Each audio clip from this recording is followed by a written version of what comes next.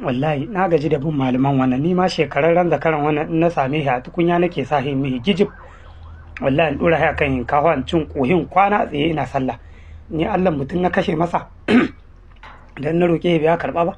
Allah da yake so ka zo da kanka ma ka zana dillehin da ka masa, ya yahe ma kuma ya azurta ka.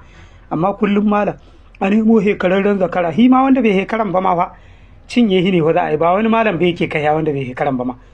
A he mai kai mi zakara mai sirri, ka nemo zakara nan da ka bai shi da zumbutu, he yara aka yanka aka wa sadaka, ko ina yaran ciki ko ha.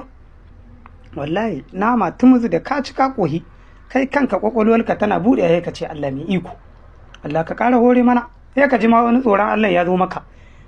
Gam ka ci nama ka kohi, kwana za ka yi a tsaye kana sallah har asuba baka ji gaji ba.